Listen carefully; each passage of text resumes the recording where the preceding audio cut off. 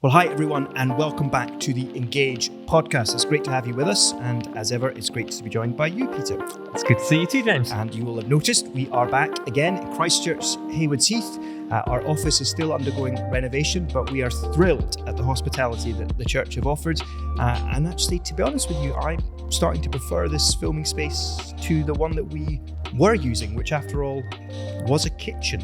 It was. I think we always did very well to disguise how it looked, and you couldn't see the dirty dishes which were lying in the corner. That's true. I mean, I was forever telling you really should put your dirty dishes in the dishwasher, but these things happen, I suppose. And the other thing I would say is that hopefully when the renovation is done, we will have a new filming space in the basement of our building, which is very exciting. Absolutely. I think filming spaces, even that's probably a bit too optimistic. I think new space that's not a kitchen will be allowed to film in. Yeah, it should give us a few more options. Yes, exactly. We're going to dive right in because there really is only one big story that we want to talk about on the Engage podcast. And that is, of course, the shocking scandal of Peter Mandelson and his long association and friendship with the convicted paedophile Jeffrey Epstein. The messages that have come to light, questions about the Prime Minister's judgment. We're going to get to all of that, but we felt it important to start actually by talking about the victims, particularly the victims of Epstein himself.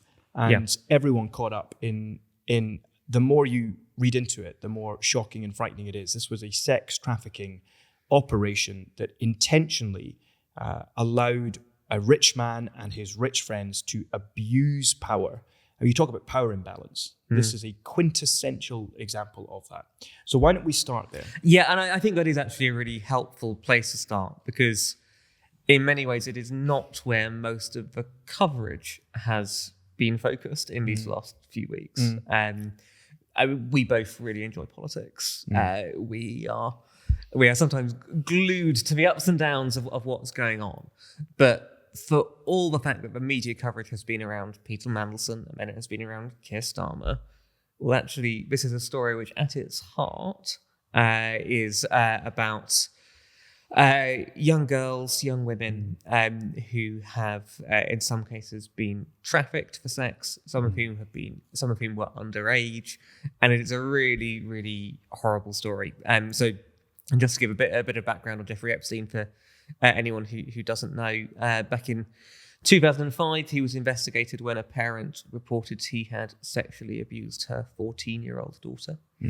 Officials found that there were 36 girls at that point who he had allegedly sexually abused. He pleaded guilty. He served some time, but then was allowed to go free again. He was arrested again in 2019 on the charge of trafficking minors for sex in Florida and in New York. And there are many underage teen girls and young women who alleged that they were raped by him and by also some of his friends. And I think that is a really important place to start. There was a very good piece actually in The Guardian this week. I don't know whether you read it, by Marina Hyde. It was excellent. Who helps present the rest is entertainment. Yeah. And she called it, so the Epstein scandal is about politics, ? Silly me for thinking it's about the mass abuse of women and girls. Yeah. There's a quote which I noted down, which I thought was also helpful, where she said, "I had a mirthless laugh at the New Statesman's cover this week, which characterised the Mandelson affair as the scandal of the century." And she says, it's not even the biggest scandal of the scandal. And that's exactly right. And I think precisely because we're interested in politics, and actually many of those who watch this podcast and listen to this podcast will be interested in politics, it is incumbent upon us, I think first and foremost as Christians, to be able to recognise that the real scandal here is the power abuse of young girls, the paedophilia that's gone on, and to recognise that for each of these victims, the ramifications of what has been done to them, it's not like it happens and then they're able to rebuild their lives. It's never that simple. Something this significant that really only comes to light years after, in some cases, it happened, leaves scars that go so deep. Yeah. And what a frightening and horrible reminder of how wicked and evil human beings can be. Yeah. Because this wasn't just a one-off or a moment of madness, shall we say. This was intentional. Yep. It was planned. Yeah. And there was an entire operation to facilitate his decrepit, immoral, depraved, shocking sexual preferences. And I think it challenges us both in terms of our sense of sympathy and empathy for the victims. But I think it also challenges us in another way, which is how can we live in a world where such sins and scandals happen? It's so sobering, isn't it? And to rush to Christ is coming back, new world is coming, I think is almost you have to sit with how uncomfortable and horrible this feels first. You have to feel the weight of it, don't you? Yeah, and I don't think that's something which the Bible really shies away from, which is helpful. Yes. And I do think actually the Bible gives such a different radical perspective on things like this compared to the secular world. So the secular world cares about the powerful people, and actually we look at who God is on the side of, and he has a particular love and care for the marginalised and the oppressed. There's a story which I think is really helpful in Genesis. It's Genesis chapter 16, where you've got that bit with Abraham and Sarah and Hagar. Yeah. And obviously God has promised that he's going to turn Abraham into a great nation. And Sarah hasn't borne him any children yet. And so essentially Abraham and Sarah take things into their own hands and they say, well, you go and get Hagar pregnant. And it's a bit of an anachronism to talk about things like consent in that kind of context, because those wouldn't be terms which they really understand. But I think we can probably say Hagar would not have had any choice in that matter. And so Hagar does become pregnant, and then Sarah starts to mistreat her. And so Hagar probably would have wondered, what's going on and where is God?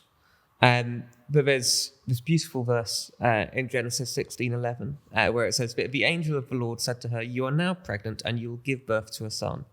You shall name him Ishmael, for the Lord has heard of your misery. And the name Ishmael means God hears.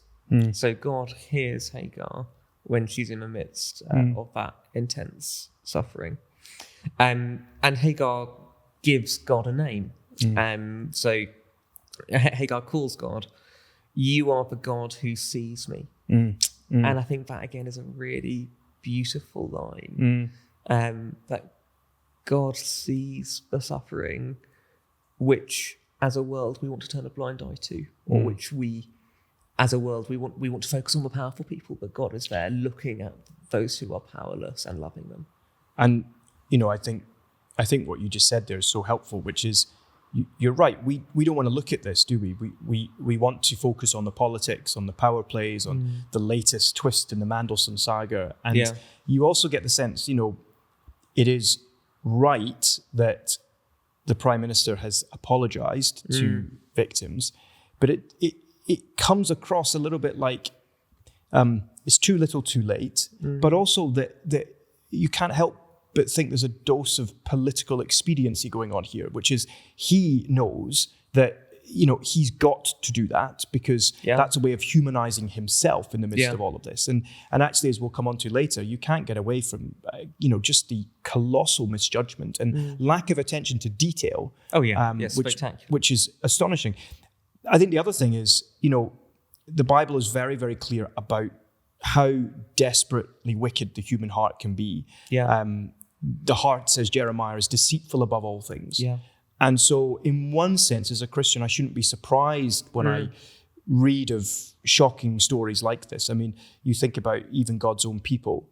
In Psalm 106, the Lord brings them to account because they've been killing their own children, sacrificing them to pagan gods. And so even God's covenant people can be guilty of spectacular sins. And the moment we're talking about sexual sin and paedophilia, and we're talking about sins done against women and girls, and the truth is that, the church, taken in the largest possible sense of it, can hardly hold its hand up and say we're spotless and clean when it comes to these same kind of sins. And so it does humble you, doesn't it? And there is part of me that, when I think about what Jeffrey Epstein did and how long it took for any kind of justice, and arguably in one sense he sort of escaped the full extent of the justice because he took his own life. Allegedly, yeah. Although of course there are rumors and theories about that, but you sort of think, well, what can I say apart from how desperately sad and sorry I am for all those victims? How grateful I am that the Bible teaches me that God is on the side of the vulnerable. And of course, we see that Genesis 16. We see that in the life of the Lord Jesus as well. Yeah, and I think that's exactly and that's helpful because I'm supposed to be like him. Yeah, and Jesus is so extraordinary. So God doesn't just see the misery of the oppressed, and he doesn't even just help those.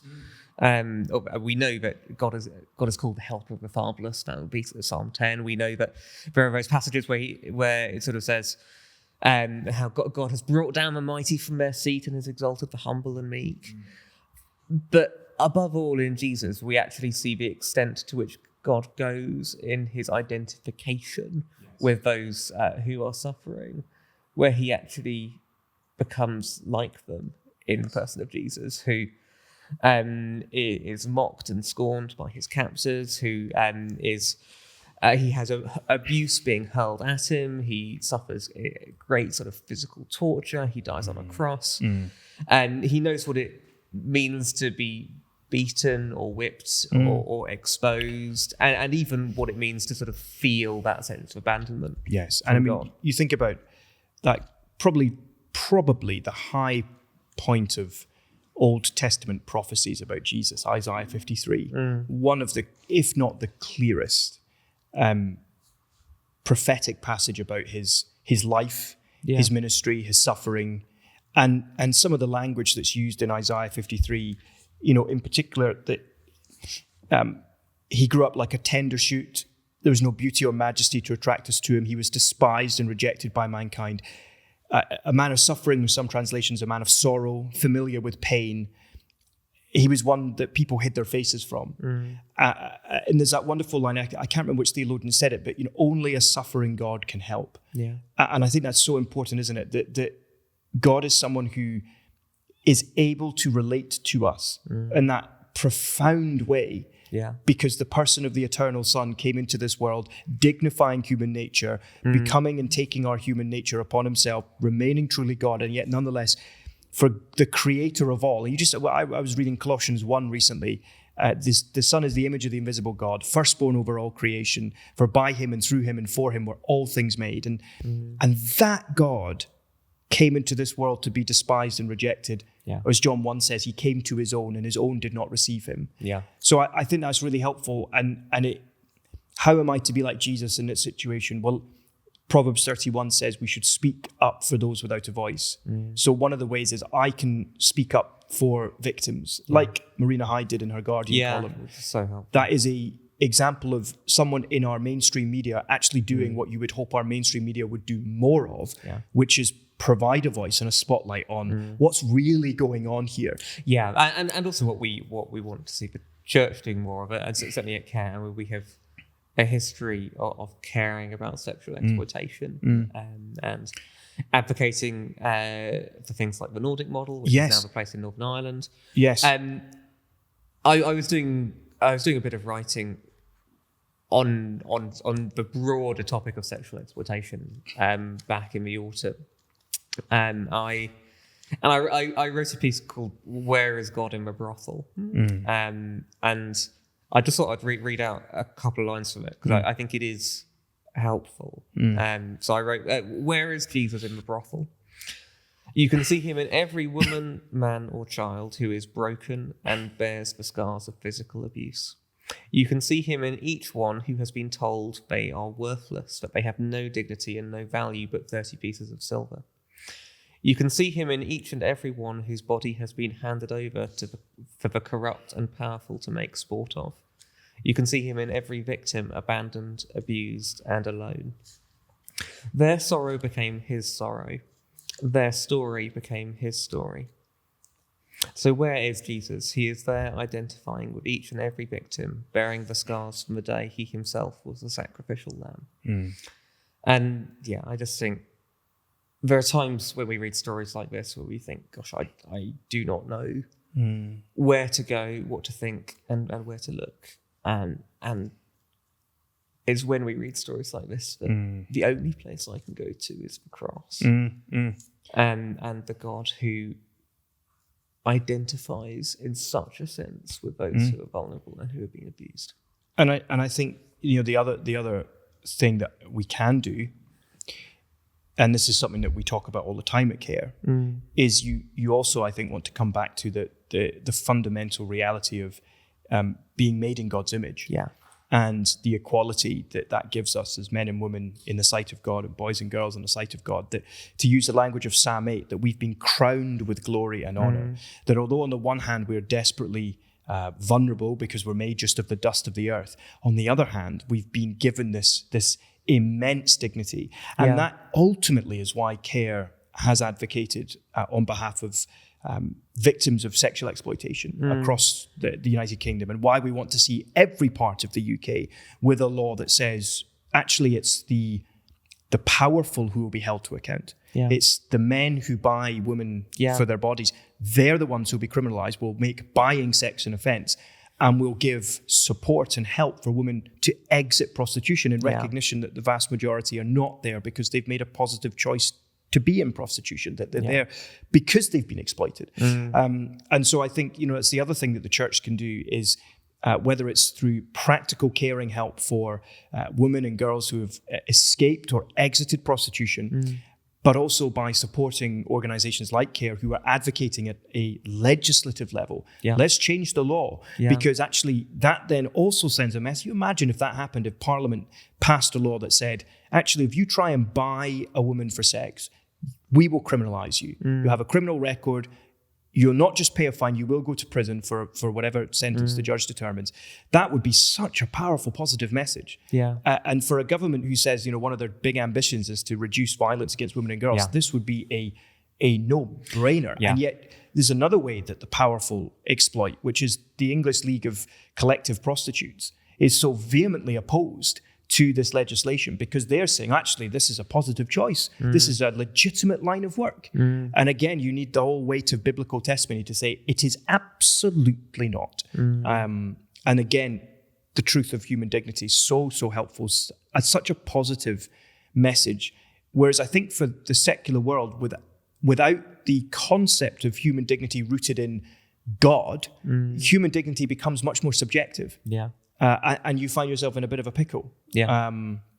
So I think everything you said about the Lord Jesus, prior to that, the wonderful way that God is on the side of the vulnerable, and then you add in the truth about the image of God, gives us some things that we can go to when working through how should I respond when thinking about the victims, the real scandal. Absolutely. Well, I'm really glad we started there, because I know that so much of the coverage of this hasn't started there. And I think it is really helpful to let the Bible drive the agenda of how you respond to a story, rather than just the press. But it would be remiss of us not to go on, given how much it is being talked about, it would be remiss of us not to talk a little bit about the fall of Peter Mandelson, what it means for Keir Starmer's government. Do you want to lay out a little bit about who Peter Mandelson is? So on a bookcase in my parents' home, there is a book which is the autobiography that Peter Mandelson wrote, which I bought many years ago when I first began to be interested in politics. And I bought it because, by all accounts, he has been a quite remarkable political operator. To use a phrase that I despise, but that I seem to use a lot today, he's a generational talent. And he became director of communications for the Labour Party back in the 1980s. He was transformational in helping the Labour Party begin the process of modernisation. He became very close to Tony Blair and Gordon Brown when they were new MPs. He recognised that they understood that the Labour Party couldn't win an election if it was producing manifestos that continued to commit it, for example, to nuclear disarmament, which was part of the kind of old school Labour. When eventually Labour did win power, and it took a long time in 1997, he became Minister without portfolio. In the words of Alistair Campbell, the spin doctor of Number 10 at the time, that means Minister without a job. But he attended Cabinet. It was a moment where he'd very clearly chosen to support Tony Blair over Gordon Brown. That created a big problem in their relationship. And he felt frustrated as Minister without portfolio. He felt that Brown and Blair were off. One was running the economy, one was doing big things on the world stage, and here was Peter Mandelson, the forgotten man of the holy trinity of New Labour. And in the end, he had to... He was sacked because of a scandal that he got himself involved in. And then he came back into government, Northern Ireland Secretary, but then he got involved in another scandal. So one was to do with a loan, which he forgot to declare. Another scandal was to do with using his position to get a passport for a contact, a friend of his. And again, both of these fell short of the standards that ministers are expected to adhere to. So he resigned. The second time I think he resigned, the first time he was sacked or something like that. Either way, that's twice he's left government. He then went off and was a trade envoy at the European Commission. And then Gordon Brown spectacularly brought him back into government as business secretary in 2008 in an attempt to bolster his faltering premiership. And that was when he wasn't an MP? No, he was put into... So he was an MP for Hartlepool, but eventually he stood down from that. He didn't really fancy being a backbench MP for longer than he had to. He was then ennobled. He was put into the House of Lords. So that's why we call him Lord Mandelson now. There's a very, very funny clip of William Hague taking the mick out of The Return of Mandelson by listing all of the various titles that Gordon Brown gave Mandelson. First Lord of the whatever it was. I mean, Secretary of State for Business, Baron of the Noble Peerage of whatever. And then Hague went, it would be no surprise to wake up tomorrow morning and discover he's been made an Archbishop, which was a very funny line, but kind of... He really came back in a bolstered position. And of course, it's while he was back in government under Gordon Brown that some of the recent information that's come to light is so scandalous. The forwarding of sensitive market data, government information, private information to Jeffrey Epstein, a convicted paedophile, and doing it after he was convicted. Absolutely. Because it would be one thing if he did this before he knew that in the eyes of the law, Epstein was a paedophile. But to do it and then to also celebrate with him on the day he was released from prison, the first time, 2009, I think it was, that this was Liberation Day. And for them then to have a really sordid exchange around how was Epstein going to celebrate, basically with strippers. And Mandelson says, naughty boy. This is just a game to these people. I mean, it is really abhorrent when you read some of the communication between them. And we'll come back to that. Just to finish the Mandelson story, then, of course, he becomes ambassador to the United States in 2025. Maureen McSweeney, formerly Keir Starmer's chief of staff, was a protege of Peter Mandelson's, pushed him strongly. Starmer was minded to go for George Osborne. In the end, was persuaded to go for Peter Mandelson. Peter Mandelson, this, by the way, is the plummest diplomatic post we have. Of course it is. Peter Mandelson did have some success. He was instrumental in helping to secure a trade deal between the United States and the UK. He clearly handled Donald Trump very well. Trump was very nice to him. But then eventually, even after Keir Starmer backed him, he was removed from that position because information had come to light that Keir Starmer claims Mandelson had not been honest about in terms of his relationship with Epstein during the vetting process. And then more recently, he was stripped of his peerage. And then he resigned from the Labour Party after yet more information came to light. So the man is now, as it were, completely, or should be, completely out of our public life. Should be. Even recently, he was sending a communication to the press using the dark arts yet again to basically say, give me space and leave me alone. And I think that this is a man who has routinely demonstrated that he is someone who thinks they're above the rules. Not trustworthy, deceptive, and yet our Prime Minister saw fit to appoint him to the best ambassador position that we have. Yeah. That is frankly staggering. It is. So just to kind of fill in a little bit of the stuff around his friendship with Jeffrey Epstein. So it was known that he was friends with Jeffrey Epstein when he was appointed to the ambassadorial role. What Keir Starmer is claiming is that Mandelson was not fully open about the depth of that friendship. As you rightly pointed out, the friendship continued after Jeffrey Epstein's first conviction. There are some pretty disturbing bits of communication which have come to light. So one was an entry in Jeffrey Epstein's birthday book back in 2003, where Mandelson described him as his best pal. Yes. Or there's an email in 2008. So this is when Epstein has been convicted, and Mandelson says that he thinks the world of him, and he encourages him to fight for early release from his 18-month sentence.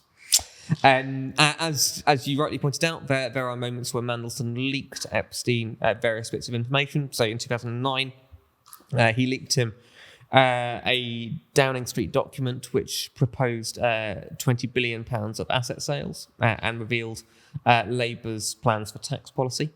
In 2010, Mandelson gave Epstein a heads up that there was going to be a €500 billion bailout from the EU to save the euro. Also in 2010, Mandelson emails Epstein to say that he's convinced Gordon Brown to resign as Prime Minister. That is before anyone knows that Gordon Brown is going to resign. Yes. So this is not just like a kind of passing acquaintance. They know each other quite well. And they're sharing information. They're quite good friends. And of course, the other side is money traveling from Epstein to, for example, Peter Mandelson's now husband to do an osteopath course, which is, again, interesting because this scandal has been compared to the Profumo scandal, where there was a osteopath who was at the centre of that. Stephen Ward. That's right, that particular scandal. That story, by the way, very helpfully, I think, told in a BBC drama. Yeah, did you watch that? I did watch it, yeah. And so just a couple of verses that I've been reflecting on in light of Mandelson. So the first is, Proverbs, by the way, is so useful in grappling with principles and wisdom. And this one came to my mind. Proverbs 29, verse 2. When the righteous thrive, the people rejoice. When the wicked rule, the people groan. Now, I'm going to go out on a limb here and say, okay, step back for a moment.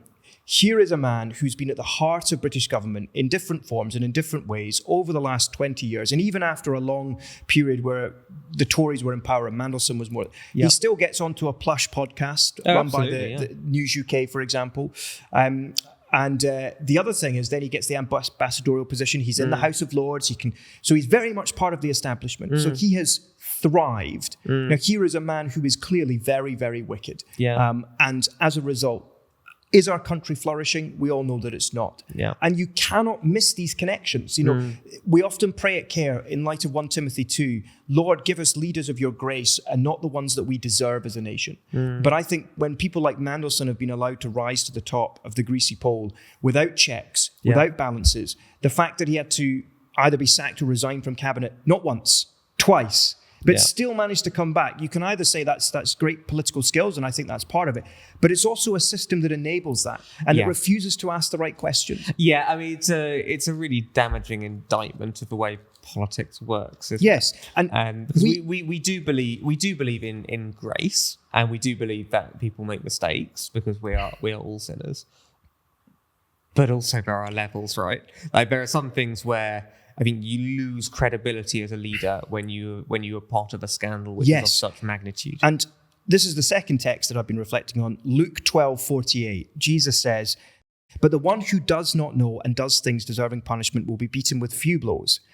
From everyone who has been given much, much will be demanded. And from the one who has been entrusted with much, much will be asked." Now, that to me seems so helpful because it's saying, you can throw the book at someone like Mandelson and not feel it contradicts grace.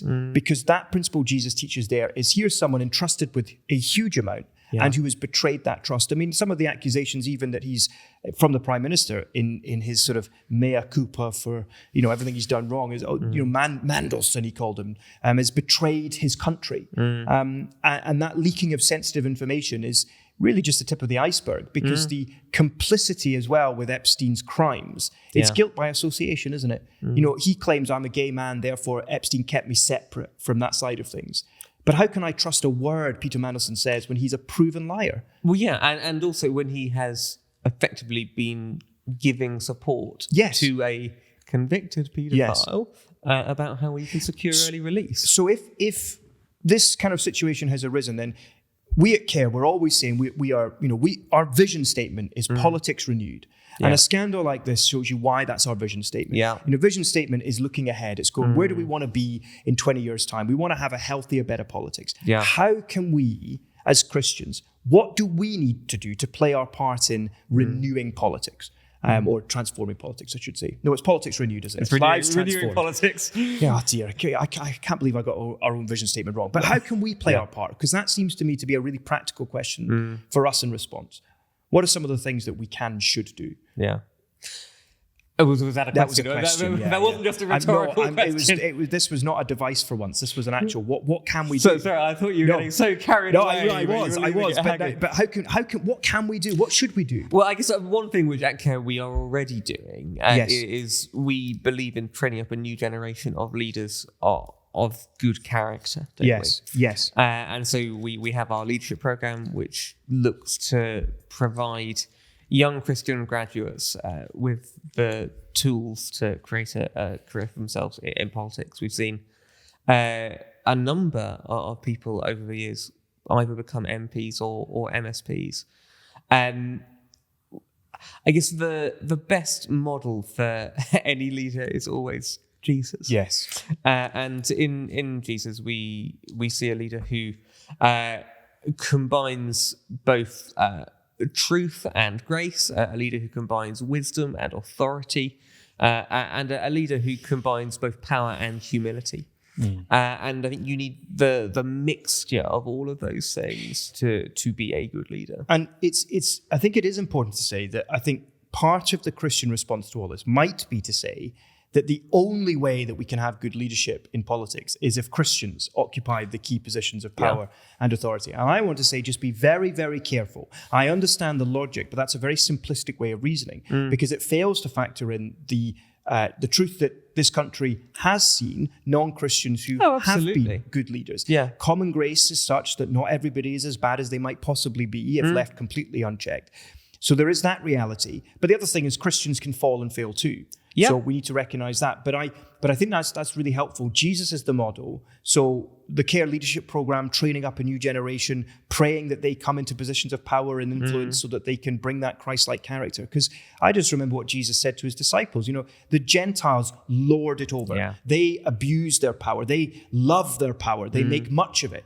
You're not to be like that. And I think actually, when you look at the Bible's teaching on good government, then leaders are given and entrusted with an enormous amount of power to govern the nation, to guard its borders, to protect life, to protect its citizens, etc., etc., etc.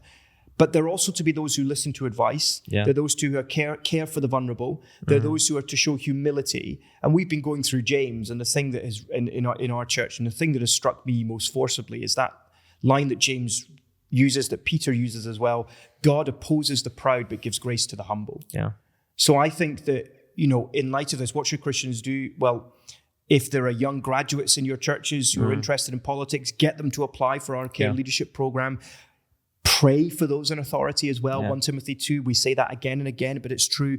And we should demand a higher standard from our leaders, shouldn't we? I think we should. And I think something which is related to that is it's felt like in the last couple of decades, there have been lots of scandals which had been buried, which have then ended up coming to light. Hidden things of darkness brought to light. And that's exactly where I was going. Sorry.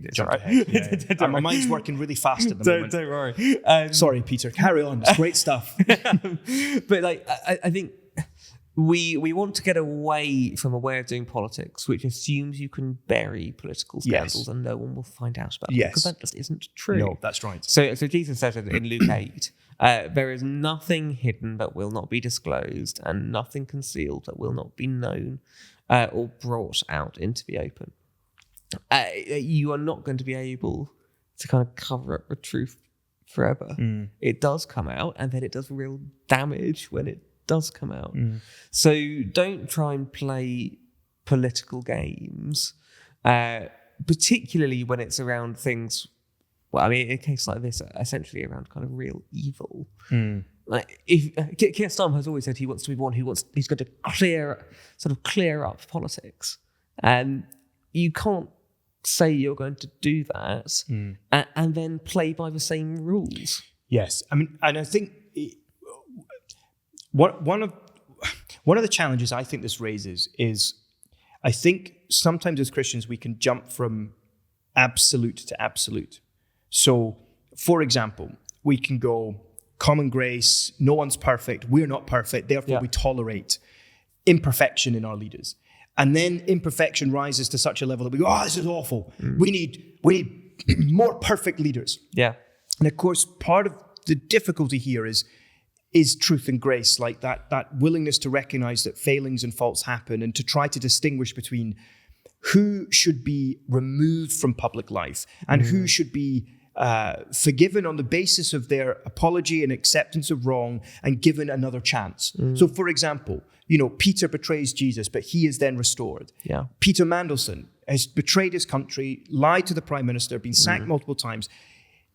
I don't think it contradicts grace, and I don't think it contradicts the Christian teaching on forgiveness to say, notwithstanding all of those things, there doesn't appear to be contrition and repentance on the part of Peter Mandelson, and therefore, even if there was, I would still say you should be removed as disqualified from public life. Well, I think you've got a couple of things in this particular case. The first is you're dealing with someone who is not like a first time offender here, right? No, like he's already had to leave government twice before this. So there's not been any particular sign of, I guess, what as Christians we would call repentance, but essentially from his point of view, like clearing up his behaviour. Yes. Like there's no sign of that. You're right too that there's not really been any contrition from him. So he was asked, I think it was last month in an interview with BBC, like, do you want to apologise to victims? And he said, essentially, what have I got to apologise for? I didn't do it, and I didn't know about it. Yeah, yeah. So I but the whole idea of repentance, recognising what you have done wrong, yes, and then looking to make things right is missing in this case. And there's a difference too, I think, between lapses of character and mistakes based around ability. And I'm actually more willing to give grace for the second one, where someone is trying to do the right thing and they will sometimes make wrong judgment calls, and someone who is deliberately doing the wrong thing. Do you think that applies to the Prime Minister then?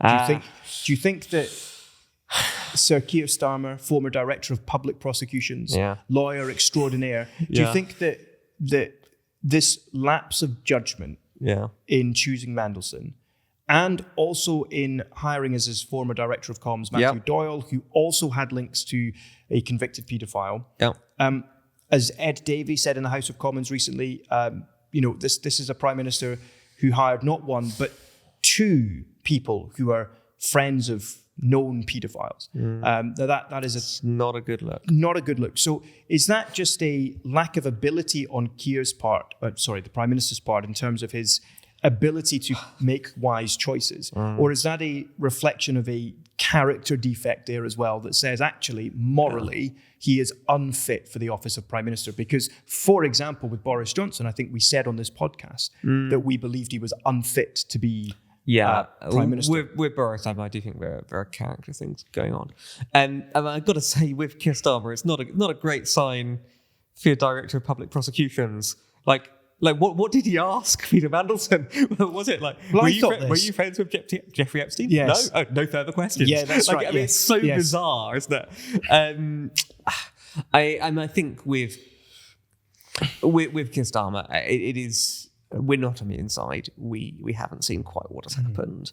I can well believe that the truth has not always been told to him. Having said that, there is more grace for lapses in ability than there is lapses in character. There is still a threshold, right? Yeah. And as leaders, or in our leaders, we are looking for people who are servant-hearted. And that's particularly the model which is laid down by Jesus. But that model has seeped into our life, even into secular life in the UK. Like, there's a reason we call it public service. And it will be for every leader to try and discern whether their service is actually genuinely serving the country or hindering it. And I think, my view would be that when your Prime Minister's approval ratings are so in the negative, when you have such little support, and when clearly your party are so keen to get rid of you. So I know that we had all the cabinet coming out this week saying, we've got to stick with Keir for a bit longer. Like, let's not kid ourselves what's going on here. Keir Starmer is a sitting duck. They are deliberately keeping him in office so that they can get rid of him probably in May, so that no potential leader has to take ownership of the disastrous local election results. So it's not that they are suddenly all Keir Starmer fans. Like, they are holding him to ransom, and when the time is right, they will stick the knife in, and that'll be the end of it. The extraordinary thing is, of course, for a Labour Party to do that is much harder than for the Conservative Party, because the rules governing a leadership contest for the Labour Party are tighter than they are for the Tories. And so that just shows you, if that does happen, that does play out. There's another part of me that thinks Keir Starmer could somehow limp on, because the Labour Party has such a bad track record, or bad or positive, depending on your view, in terms of getting rid of leaders who are in situ, as it were, that I could see a situation where, even if they have terrible local elections, which they're predicted to, that the absence of a very obvious successor who can command enough loyalty from the Parliamentary Labour Party, bizarrely, I don't know, that this doesn't feel like it's going to happen super, super quickly. Does that mean I think Keir Starmer gets to the next election? I'm not sure. I'm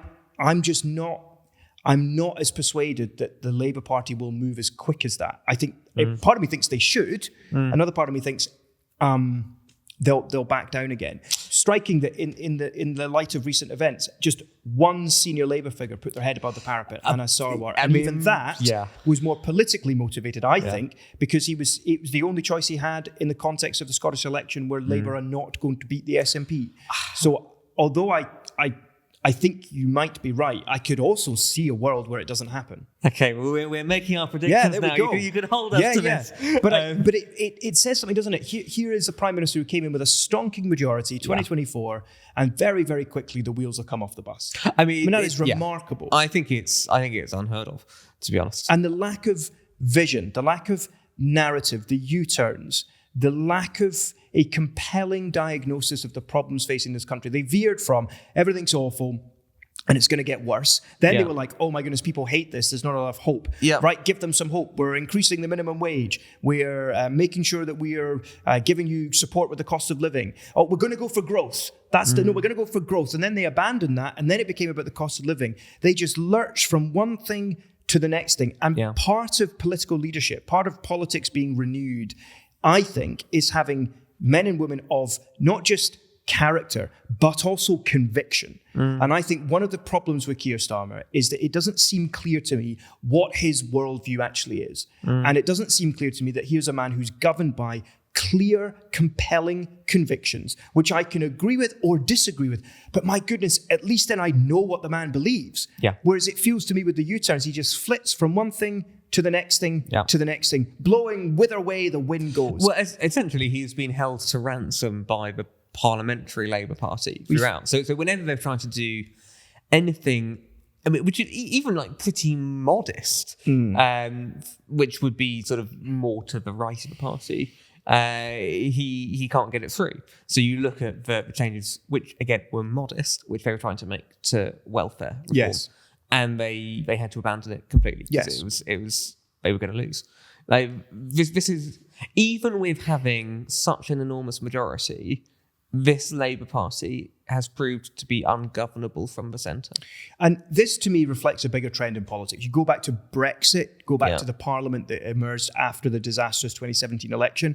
MPs realised that they could, in fact, even control the agenda in parliament, thanks to some incredibly interesting and speculative constitutional moves by the then Speaker, John Bercow.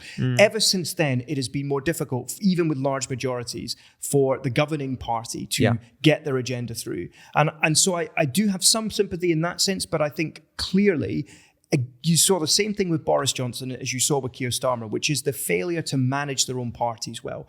It's almost like they get to number 10, they get to the position of Prime Minister, and they just completely focus on the trappings of that office, rather than going, you have to work really hard to get your party to the right place. You've got to keep working your party. Well, yeah, I mean, we haven't even talked about the sacking of,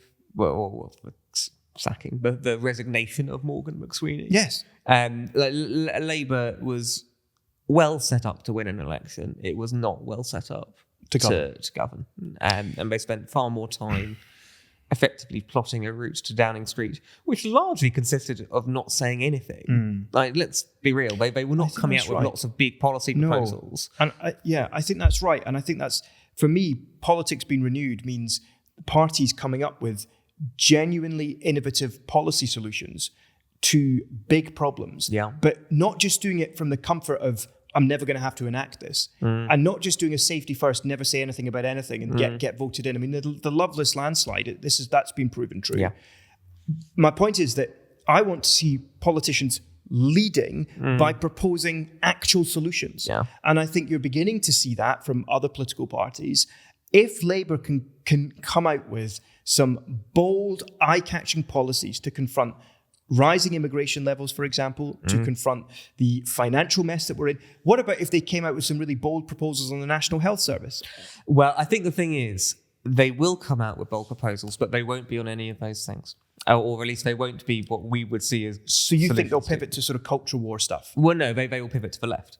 Because soft left. Well, I wouldn't even go soft left at this point. Like we've seen that they can't govern from the centre. No, like they don't have the numbers for it, even with that majority. So the move for them is going to be going to the left and appeasing the Labour members.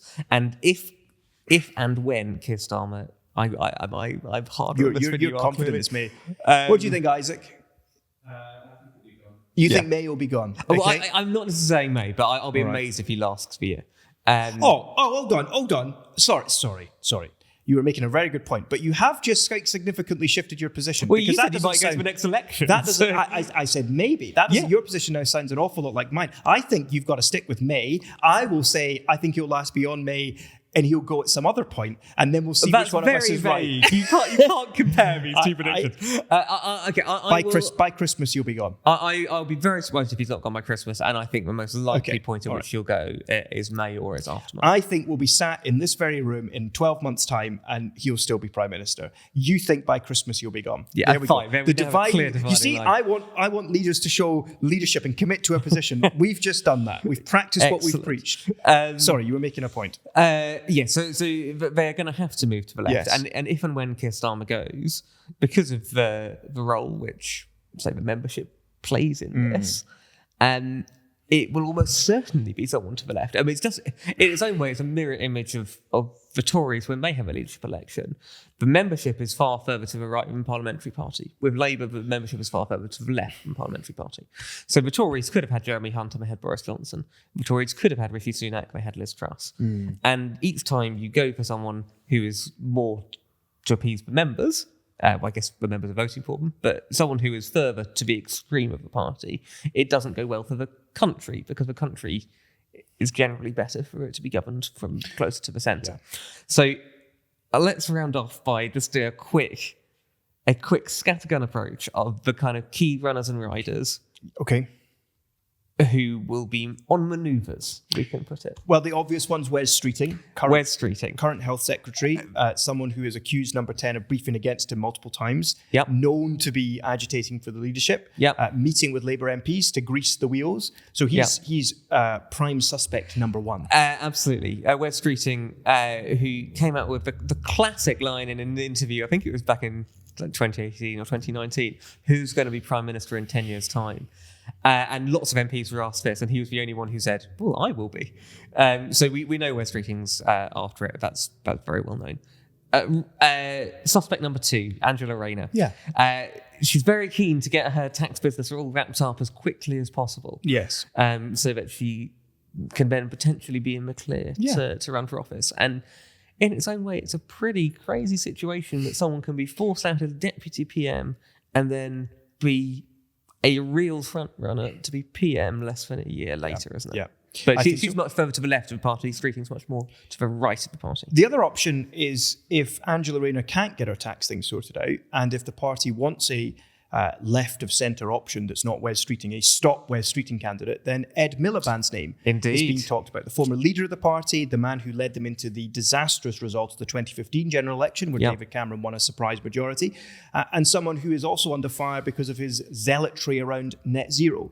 So he would be a fascinating choice. I mean, what a story that would be. Cabinet minister under Gordon Brown, having been his advisor, then failed leader of the Labour Party, arguably, in the election, then making a comeback as cabinet minister, and then somehow managing to find his way to number 10. That would be truly extraordinary. I must confess, I am not part of the Millie fandom. Yes. Well, I mean, I think he's a decent enough chap. He went to the same college I went to. Oh, that's nice, isn't it? Well, you got that in common with him. You should write to him. You should tell him. You should invite him for tea. So, or he might invite you to tea and choose which one of his kitchens to cook in. Ed Miliband again to the left of the party. Yes. The other particularly big one, Andy Burnham. Yes. So we wrote about this in our Friday long read a couple of weeks ago. Andy Burnham, not currently part of the parliamentary Labour Party. He has been Mayor of Greater Manchester for a number of years, has done a really good job up there, has been deemed the King of the North in a sort of Game of Thrones style reference. His big problem is he needs to get into Parliament. And that was blocked. And that was why there was the big issue a few weeks ago where he tried to run in Gordon and Denton, the by-election.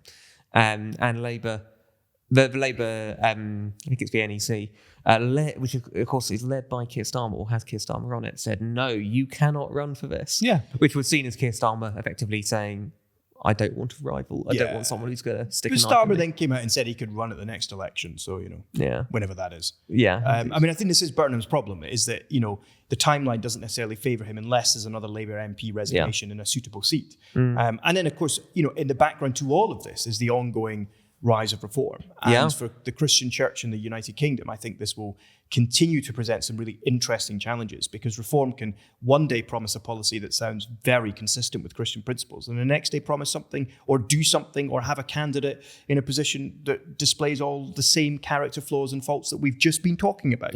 And so I think we're going to, on this podcast, need to continue to grapple with what do Christians do longer term when it comes to the next election, whenever that is.